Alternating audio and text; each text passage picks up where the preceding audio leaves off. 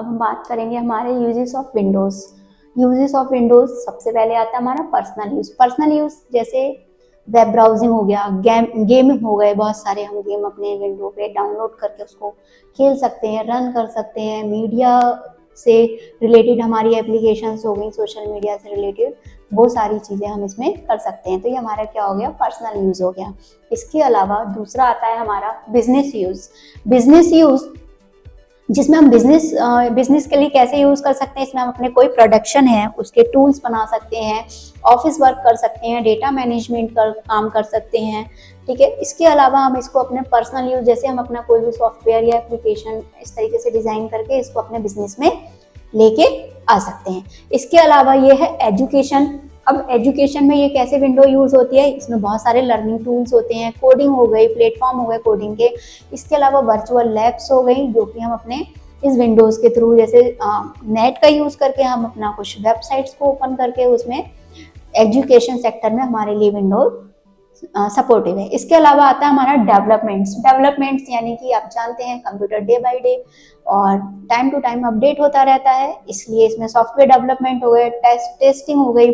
इसके अलावा server management हो गए, और भी बहुत सारी चीज़ें हैं जो हमारे डेवलपमेंट में विंडो के थ्रू हम उसका यूज़ करते हैं। ठीक, अब हम लोग बात करेंगे ऑपरेटिंग सिस्टम और विंडोज़ कि ये दोनों एक दूसरे से कैसे डिफर हैं।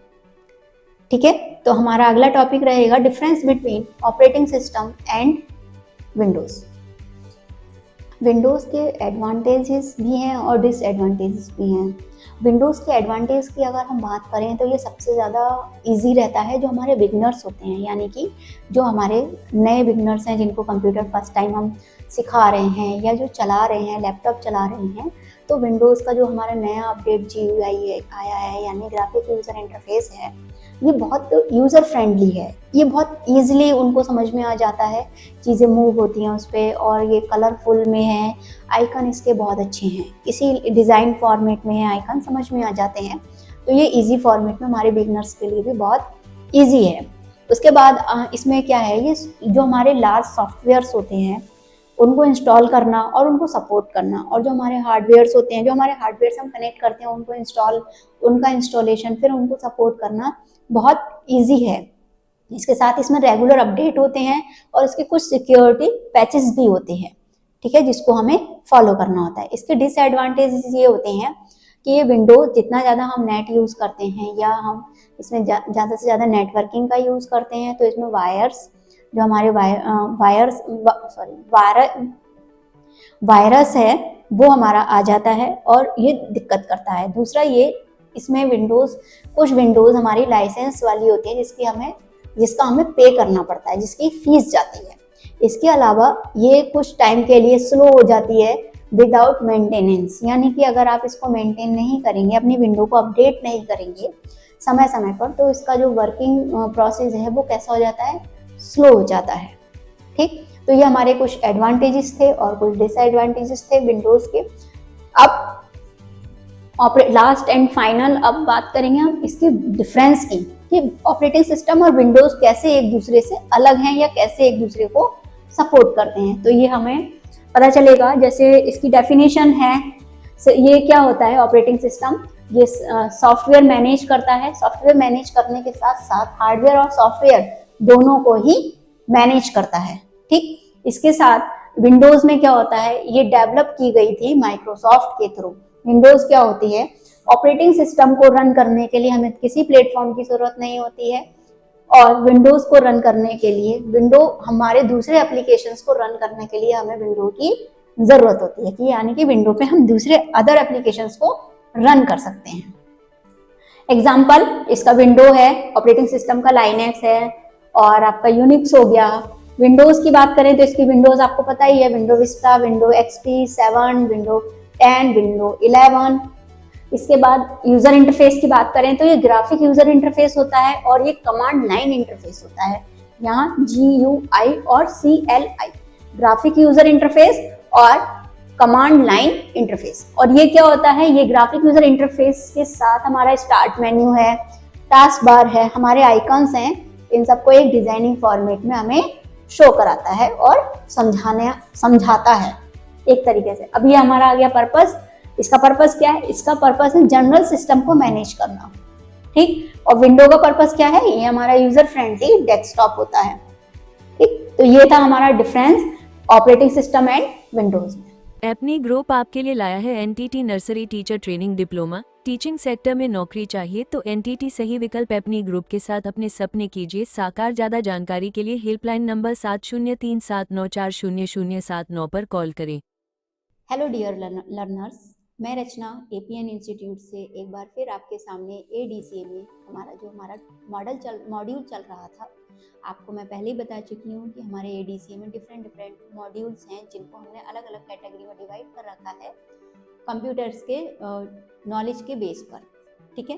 तो हमारा अगला जो टॉपिक है, अभी तक हमारा बेसिक और फंडामेंटल चल रहा था फर्स्ट मॉड्यूल का। बेसिक और फंडामेंटल में अब हमारा अगला टॉपिक आता है नंबर सिस्टम, ठीक है। नंबर सिस्टम का अगर हम हिंदी मीनिंग पढ़ें तो संख्या पद्धति, यानी अब इस नंबर सिस्टम का हमारे कंप्यूटर में क्या यूज है, तो नंबर सिस्टम कैसे यूज होते हैं, उसका बेस क्या होता है, उसका तरीका क्या होता है, इसको कैलकुलेट कैसे करते हैं। क्योंकि नंबर सिस्टम यानी एक मैथमेटिक्स सिस्टम आ गया ये, तो मैथमेटिक्स को क्या करना पड़ता है, हमें हमेशा कैलकुलेट करना पड़ता है। ऐसे ही नंबर सिस्टम को कैलकुलेट करने के लिए कुछ रूल्स होते हैं, कुछ टाइप होते हैं नंबर सिस्टम के, जिनको हम अलग अलग डिवाइड भी करते हैं और उनको मल्टीप्लाई करते हैं, तब हम अपने कंप्यूटर में जो हमारे यूज हो रही चीजें हैं उनका डेटा कैलकुलेट कर पाते हैं, ठीक है। तो उससे पहले हमारे लिए थोड़ी सी ये यूनिट्स हैं और उनकी डिस्क्रिप्शंस हैं। ये यूनिट्स मतलब क्या होती है? यूनिट मतलब क्या होती है? जो हमारा डेटा कंप्यूटर में स्टोर होता है तो वो किस फॉर्म में होता है और क्या फॉर्मेट होता है। अगर डेटा की बात करें, मोबाइल सभी लोग यूज करते हो, है ना। तो मोबाइल में क्या होता है, डेटा हमें रोज मिलता है इंटरनेट से। 1.5 GB डेटा लगभग सभी लोग यूज करते हैं, है ना। 1.5 GB, यानी कि अगर जीबी इसमें आप ढूंढेंगे तो क्या आ जाता है हमारा? गीगाबाइट यानी कि 1 GB इज इक्वल टू कितना होता है? 1024 MB। अगर आप 1 GB आपका 1024 MB है तो 1.5 कितना होगा? यानी कि 1024 को 2 से हम डिवाइड कर देंगे तो ये आ जाएगा हमारा 512, यानी कि 1024 में अगर आप 512 भी ऐड कर लेते हैं तो ये आ जाता है हमारा एक दिन का डेटा, ठीक है। तो यानी कि आप एक दिन में कितना MB डेटा फूंक रहे हैं? 1.5 GB के हिसाब से 1536 MB, इतना डेटा आपको पर डे मिलता है। लेकिन आज के टाइम पर आपके लिए ये भी कम है, इसीलिए हम लोगों ने क्या, नई टेक्नोलॉजी यानी कि वाईफाई का यूज शुरू कर दिया है। सभी घरों में क्या वाईफाई लग गया है, पूरे दिन डेटा की टेंशन नहीं रहती है, वो अनलिमिटेड होता है। डेली अपना यूज करिए और कंप्यूटर आराम से, मोबाइल फोन को भी यूज करिए, लैपटॉप चलाइए, टैबलेट चलाइए, है ना। तो ये हमारी कुछ इकाई हैं, हिंदी में बोलते हैं यूनिट्स को इकाई। ये कंप्यूटर की कुछ इकाई हैं। तो कंप्यूटर की जो सबसे पहली इकाई है, स्मॉलेस्ट, ये है हमारी बिट, ठीक। ये हमारा मतलब जनरली हमारे जो कॉम्पिटिशन्स एग्जाम्स होते हैं उसमें भी हमारे कंप्यूटर से रिलेटेड जो क्वेश्चन आते हैं यूनिट पर, वो आते हैं कि कंप्यूटर की सबसे छोटी इकाई कौन सी है। तो सबसे छोटी इकाई कौन सी होती है? बिट। ये हमारे कंप्यूटर की सबसे छोटी इकाई है। बिट के बाद आती है हमारी बाइट, जिसमें हमारे 8 बिट होते हैं, ठीक है। बाइट यहाँ लिखा है और ये बिट को कैलकुलेट कर रही है। इसी हिसाब से ये हमारा किलोबाइट आ गया, यानी केबी आ गया। केबी में क्या हो रहा है काउंट? बाइट, यानी कि ये काउंट हो रहा है। ऐसे ही हमारा मेगा आ गया, मेगाबाइट MB, तो ये हमारा 1 MB, यानी कि इसमें केबी काउंट हो रहा है। ऐसे ही गीगाबाइट आ गया, जीबी में यानी कि हमारी MB काउंट हो रही है, ठीक है। टेराबाइट टीबी में हमारी GB काउंट हो रही है। पेटाबाइट टीबी में हमारा TB काउंट हो रहा है। एक्साबाइट, जेटाबाइट, योटाबाइट, यानी कि जो MB हम यूज करते हैं, तो अगर हमें उसका थोड़ा सा ये देखना है कि 1 MB इज इक्वल टू कितना होता है, तो गीगाबाइट में जाएंगे ना, sorry 1 MB is equal to कितना होता है? अगर आप 1 MB को काउंट करेंगे तो हम लोग किलोबाइट का यूज करेंगे, ठीक है। तो हमारी पिछली इकाई उसमें क्या होगी? काउंट होगी। तो नंबर सिस्टम पढ़ने से पहले ये हमारे लिए बहुत ज्यादा जरूरी था पढ़ना, ठीक। तो सभी में सेम होता है, 1024 ही काउंट होता है, ठीक है। अगर इसके अलावा आप 1 से यानी आप 2 GB की बात करें तो 2 GB हमारा कितना हो गया? 1024 या तो प्लस कर लीजिए या 2 से मल्टीप्लाई कर लीजिए, ठीक है। यानी कि 2048 MB डेटा आप फूंक देते हैं अगर 2 GB डेटा कोई भी काउंट करता है, ठीक। अब इसी तरीके से कुछ मूवीज होती हैं, कुछ मूवीज देखते हैं आप, जैसे कुछ मूवी ऐसी होती हैं कि जो कि कितनी 600 MB में डाउनलोड हो जाती है। कुछ मूवी 2 घंटे की 3 घंटे की अगर हम यूट्यूब पे डाउनलोड करते हैं तो 600 MB में डाउनलोड हो जाती है, यानी कि वो हमारी 1.5 GB में से अगर 600 MB चला गया तो आप इसमें से आप क्या कर सकते हैं, अपना माइनस कर सकते हैं। तो आई होप अब आपको समझ में आ गया होगा कि हम जो डेटा अपना यूज़ करते हैं वो किस फॉर्मेट में होता है और हम कितना डेटा कहाँ पर यूज़ कर रहे हैं। अगर उसको कैलकुलेट करना हो तो आप इस तरीके से उसको कैलकुलेट कर सकते हैं, है ना। तो अब आप अपना डेटा डेली का जो खर्च कर रहे हैं, अगर आप उसको सही से कैलकुलेट करना चाहते हैं कि कितना डेटा कहाँ पर खर्च हो रहा है, इस फाइल को डाउनलोड करने के लिए हमें कितने डेटा की जरूरत पड़ेगी, तो आप इस तरीके से कैलकुलेशन करके उसको निकाल सकते हैं। ठीक है, तो अब हम पढ़ेंगे नंबर सिस्टम। एपनी ग्रुप आपके लिए लाया है योगा डिप्लोमा। अब स्कूलों में योग टीचर, जिम में योग ट्रेनर, हेल्थ रिजॉर्ट में ट्रेनर और रिसर्चर के तौर पर भर्तियां होती हैं। 12वीं के बाद योग में बनाए करियर, कोर्स में ले एडमिशन, मिलेगी लाखों सैलरी वाली जॉब। ज़्यादा जानकारी के लिए हेल्पलाइन नंबर 7037940079 पर कॉल करें। जैसे कि अभी मैंने आपको बताया कि अब हम पढ़ेंगे नंबर सिस्टम। अब नंबर सिस्टम को मैंने आपको स्टार्टिंग में ही बता दिया है कि इसको क्या बोलते हैं हम, संख्या पद्धति। अब जब जिसमें संख्या आ रहा है, संख्या यानी कि नंबर्स, नंबर्स क्या होते हैं हमारे 0 1 2 3 4, ये नंबर होते हैं ना हमारे, इसी को क्या बोलते हैं हम, नंबर्स बोलते हैं। और इन्हीं का कन्वर्जन्स कहलाता है हमारा नंबर सिस्टम। अच्छा, नंबर सिस्टम हम क्यों यूज़ करते हैं? नंबर सिस्टम हम इसलिए यूज़ करते हैं, हम कंप्यूटर में कोई टेक्स्ट, कोई वीडियो, कोई इमेज, कोई एप्लीकेशंस जो भी हम डाउनलोड करते हैं, जो भी चीज़ें हमारी होती हैं, उसमें हमारे कंप्यूटर को केवल क्या करता है, वो समझ सकता है। और कंप्यूटर आप जानते हैं, कंप्यूटर सिर्फ 2 चीज़ों को जानता है, 0 और 1। कंप्यूटर बाइनरी नंबर को, यानी कि 0 और 1 हमारे बाइनरी नंबर कहलाते हैं, जिसको वो अच्छे से समझता है। सिर्फ 2 ही वर्ड्स को जानता है, वो 0 या 1। यानी 0 का मतलब उसका एक तरीके से ऑन होता है, वो ऑफ होता है, और 1 का मतलब उसका ऑन होता है। आप कोई भी टेक्स्ट, कोई भी इमेज, कोई भी वीडियो अपने सिस्टम में डाउनलोड करते हैं, अपने सिस्टम में सेव करते हैं, तो उसका मतलब होता है कि वो बाइनरी फॉर्मेट में सेव हो गई। और नंबर सिस्टम के अपने अलग बेनिफिट्स हैं। जैसे अगर मैं बात करूं, सबसे पहले डेटा रिप्रेजेंटेशन। डेटा रिप्रेजेंटेशन में हमारा क्या आएगा, हमारी कोई वीडियो है, कोई टेक्स्ट है, या कुछ भी डेटा है जिसको हम सेव कर रहे हैं, तो वो हमारा बाइनरी फॉर्मेट में सेव होगा। ठीक है, यानी बाइनरी फॉर्मेट यानी कि 0 1। ठीक है, दूसरा हमारा आता है मैथमेटिकल ऑपरेशंस, यानी मैथमेटिकल कैलकुलेशन, यानी कि जो हमारे कंप्यूटर में हम लोग मैथमेटिकल ऑपरेशंस का यूज करते हैं, उसकी कैलकुलेशन करते हैं, तो वो हमारा डेटा क्या होता है, सेव होता है। और ये लॉजिकल ऑपरेशन करने के लिए सिस्टम में यूज किया जाता है। दूसरा हमारा मेमोरी एड्रेसिंग के लिए नंबर सिस्टम का यूज किया जाता है। मेमोरी एड्रेसिंग में जो हमारा डेटा स्टोर होता है, कंप्यूटर की मेमोरी और स्टोरेज को हम हेक्साडेसिमल और ऑक्टल डेसिमल में, यानी कि डेटा में जो मेमोरी यूज होती है वो हेक्साडेसिमल और ऑक्टल नंबर सिस्टम में के थ्रू यूज होती है। ठीक है, इसके बाद आता है एफिशिएंसी। एफिशिएंसी यानी कि कंप्यूटर को सरल बनाना। ठीक है, 0 और 1 की फॉर्मेट में वो सरल रहता है। दूसरा हेक्सा और ऑक्टल, ये उसके सबसे ज्यादा छोटे प्रारूप हैं कंप्यूटर को समझाने के लिए। इसके बाद आती है हमारी प्रोग्रामिंग। प्रोग्रामिंग लैंग्वेज, कंप्यूटर में आप जानते हैं प्रोग्रामिंग लैंग्वेज का यूज किया जाता है, जिसके थ्रू हम अलग अलग तरह की एप्लीकेशंस को डिजाइन करते हैं और उन एप्लीकेशंस को हम यूज करते हैं। तो उन एप्लीकेशन के लिए, यानी कि प्रोग्रामिंग लैंग्वेज और सिस्टम लेवल लैंग्वेज में नंबर सिस्टम हमारा जो यूज होता है, हेक्साडेसिमल का यूज होता है और बाइनरी नंबर सिस्टम का। ठीक है, ये हमारी प्रोग्रामिंग लैंग्वेज के लिए यूज होता है। तो ये आ गए हमारे नंबर सिस्टम। अब नंबर सिस्टम होते कितने टाइप के, ये हमारे 4 टाइप के होते हैं। Binary number system, decimal number system, hexadecimal number system और octal number system. Binary number जो नंबर सिस्टम होते हैं, उसके 2 टाइप होते हैं जिसको हम अच्छे से पहचान सकते हैं। बेस, पहला आता है बेस, ठीक है, दूसरा आता है हमारा डिजिट।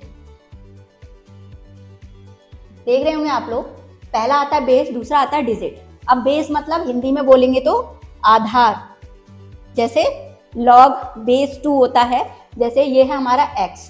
ठीक है, अगर ये ऊपर लगा है, x के ऊपर लगा है, तो ये हो जाती है हमारी पावर, जिसको हम क्या बोलते हैं, घात। हिंदी में बोलेंगे घात और इंग्लिश में बोलेंगे पावर। ठीक है, और यही चीज अगर नीचे आ जाती है तो ये हो जाती है बेस। क्या कहलाती है ये? बेस। इंग्लिश में बेस बोलेंगे, हिंदी में आधार बोलेंगे, ठीक है। तो बाइनरी में क्या होते हैं, मैंने आपको स्टार्टिंग में ही बताया कि बाइनरी 2 नंबर पे होती है, यानी कि 2, यानी कि इसका बेस होता है 2 और इसकी डिजिट होती है 0 और 1। डेसिमल में क्या होता है, डेसिमल में इसका बेस होता है 10 और डिजिट बहुत आसान है, बेस कितना है 10, तो डिजिट कितनी हो जाएंगी 0 से 9, क्योंकि 0 से 9 तक की काउंटिंग पूरी क्या कहलाएगी हमारी 10, क्योंकि देखिए इसमें 2 हैं और इसमें क्या है आपके 2 नंबर हैं 0 और 1, यानी कि ये हो जाएगा हमारा 0 से 9 तक की डिजिट का। हेक्साडेसिमल और ऑक्टल, पहले मैं आपको ऑक्टल बताती हूँ फिर हेक्सा बताऊंगी। ऑक्टल में क्या आता है, इसका बेस कितना है, इसका बेस होता है 8, ठीक है, बेस कितना है 8, तो जाहिर सी बात है डिजिट कितनी होंगी, है ना, डिजिट खुद ही समझ में आ रहा होगा।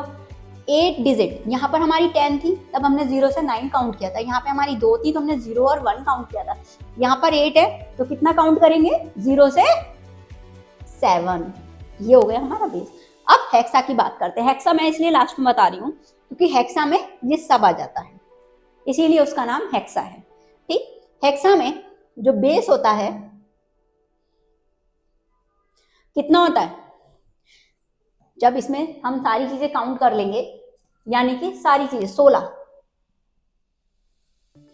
अब ये 16 क्यों लिया गया, ठीक, और इसके अभी एक चीज और बताऊंगी आपकी जानकारी के लिए, एक नई बात, डिजिट हमारी इसमें 16 है, इसमें 2 थी तो हमने काउंट किया था 0 1, इसमें 10 है तो हम काउंट कर रहे हैं 0 से 9, इसमें 8 था तो हमने काउंट किया था 0 से 7, अब इसमें 16 है तो कितना काउंट करेंगे 0 से 15?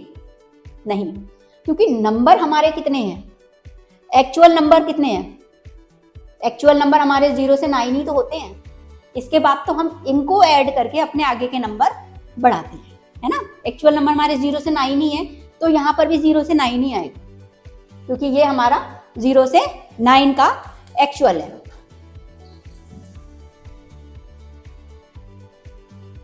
ये देखिए, तो डिजिट कितनी हो गई हमारे यहाँ पे, इसके पॉज कर दीजिए इसको, हो जाएगी नहीं, 0 से 9 आ जाएगी डिजिट, ठीक। अब बेस कितना है 16, अब 0 से 9 नंबर तो सारे आ गए, तो अब हम क्या लेंगे, कंप्यूटर का खागा समझता है, नहीं समझता, सबको पता है कंप्यूटर का खागा नहीं समझता है, यानी कि वो क्या समझता है, अल्फाबेट, अल्फाबेट यानी कि ABCD। अब ABCD में तो भाई A से Z तक आते हैं अल्फाबेट, यानी टोटल 26।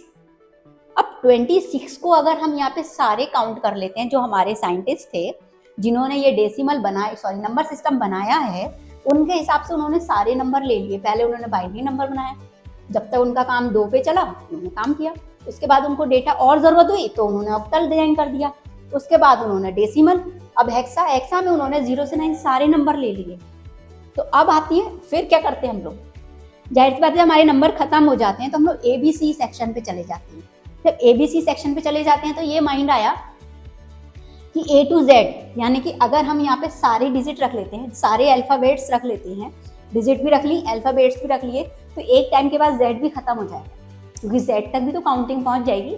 और आप लोग जानते हैं एप्लीकेशंस हैं, सॉफ्टवेयर्स हैं, कंप्यूटर अपना खुद में ही डे बाई डे अपडेट होता रहता है ना, तो उसके लिए क्या चाहिए, हमें और डेटा की जरूरत है। जब हमें और डेटा की जरूरत है तो A to Z ना रख के उन्होंने A से F तक रखा। कितना रखा, A से F, तभी इसका नंबर 16 पड़ा।